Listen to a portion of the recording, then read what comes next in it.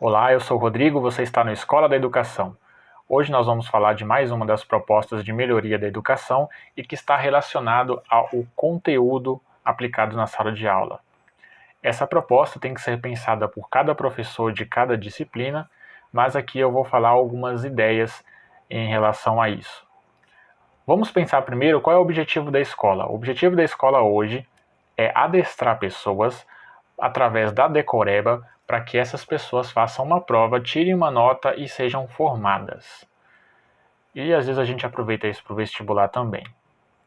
E esse modelo de ensino da escola nada mais é do que o modelo que é da Revolução Industrial, onde lá você tinha que pensar a indústria como administrar uma indústria, como administrar as pessoas. Então a gente tinha as linhas de produção e todas aquelas coisas que vocês já devem ter ouvido falar. E esse modelo da Revolução Industrial se aplicou não só na indústria, mas na agricultura, no comércio e também na educação, que no caso é as escolas.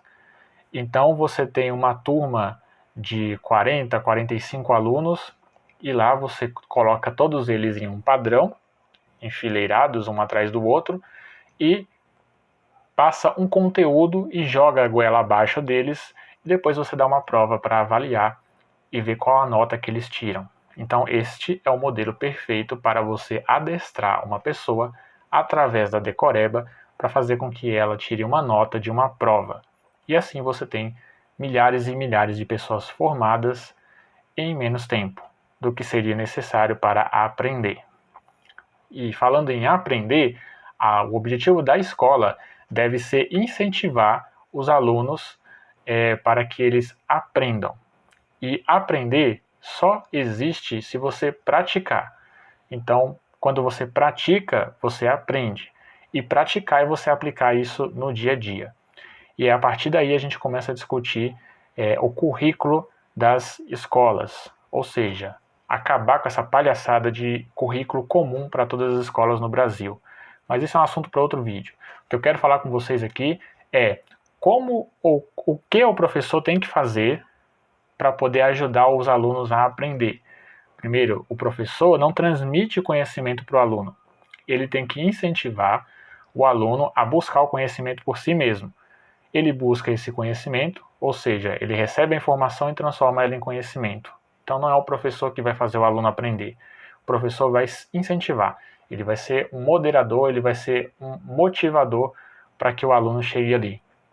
Mas provavelmente isso você já sabe. Agora, como fazer isso?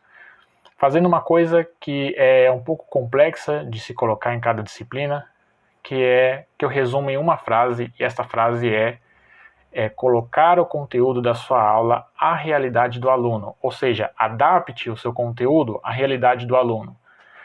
Então, você tem lá, por exemplo, um aluno, vamos supor que você é professor de matemática. Eu não posso falar aqui por todas as disciplinas, mas eu posso dar mais ou menos uma ideia de como fazer isso.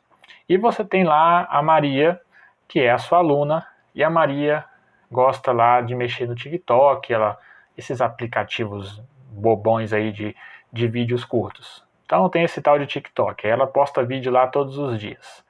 Para você saber disso, você tem que fazer o diagnóstico do seu aluno. Se você não conhece a sua turma, não tem como fazer isso.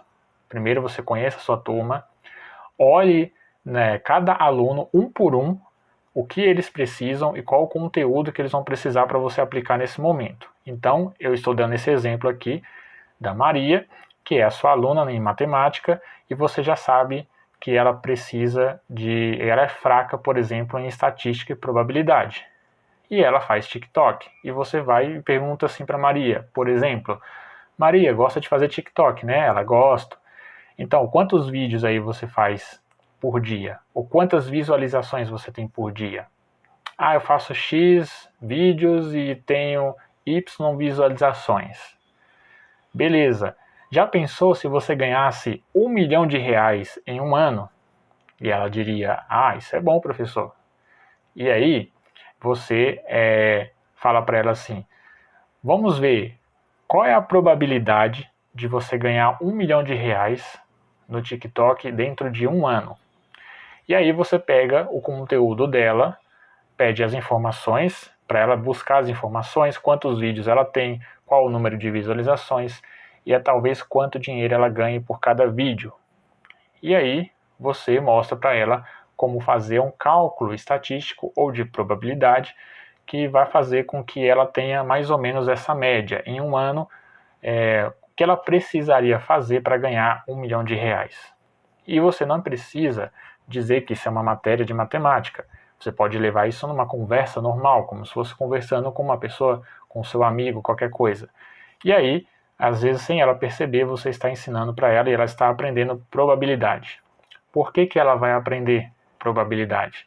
Porque ela está usando esse conhecimento para fazer uma coisa que ela já faz no dia a dia. Ou seja, ela está usando isso, ela está praticando, ela está usando no dia a dia. O conhecimento que o aluno vai ter só vai fazer sentido para ele se ele tiver que aplicar isso imediatamente. Não é passando uma matéria qualquer, como é feito nas escolas hoje, que você coloca lá o conteúdo e todo mundo tem que aprender o conteúdo do mesmo jeito, da mesma forma para todos, e depois você dá uma prova para saber se a pessoa decorou ou não. Ou seja, a prova só avalia se a pessoa foi adestrada ou não.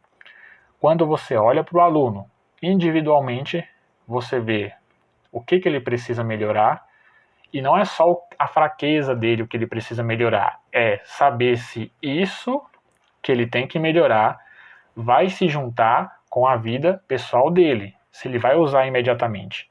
Por exemplo, olha, eu sou professor de matemática e falo assim, a Maria faz os vídeos do TikTok, ela precisa ganhar dinheiro, ela já está usando isso na realidade, então a probabilidade se encaixa aqui. Eu vou ensinar probabilidade para ela, a partir do que ela já usa no dia a dia. Isso é um exemplo de um professor de matemática. Eu não sou matemático, não sei nada de matemática, eu só estou dando um exemplo. Um outro exemplo é em português. Por exemplo, eu serei professor de português daqui a alguns anos, vou fazer minha faculdade no mês de agosto, e daqui a uns 2 anos e meio, 3 anos eu estarei na sala de aula e aplicando esse exemplo que eu vou passar para vocês. Em português, na área de português eu acho que é mais fácil do que em outras matérias, pelo menos é a minha opinião, de fazer isso. Eu chego na sala de aula e peço para todos os alunos fazerem textos com o assunto que eles quiserem.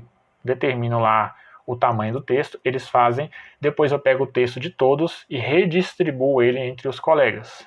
E cada colega vai ler o texto que ele pegou, que outro colega escreveu. E aí eu vou estar avaliando 3 coisas. Primeiro, se o cara que escreveu o texto sabe escrever e expressar suas ideias. Segundo, se o cara que escreveu, além de saber expressar as ideias, se ele escreve corretamente, se ele tem uma boa ortografia. Esse é o de menos. E a outra coisa que é tão importante quanto a primeira, essa terceira coisa, que é saber se quem está lendo o texto sabe interpretar o que o outro colega fez, que o outro colega escreveu. Entendeu? Aí eu vou fazer a sala discutir esse tema entre eles e discutir os assuntos que é do dia a dia da pessoa. Então, avaliando esses 3 pontos. E aí, quando surgir alguma coisa, alguma regra gramatical dentro deste debate em sala de aula, eu vou parar o debate, vou falar para a pessoa sobre esse conteúdo específico de gramática ou de interpretação ou de qualquer coisa que esteja relacionado com a língua portuguesa. Entendeu? Esse é um exemplo de português, um exemplo de matemática que eu falei aqui, e você, professor, que é de outras áreas, pode aplicar isso nas suas disciplinas, fazendo um exemplo que seja para a sua disciplina, que sirva melhor para a sua disciplina.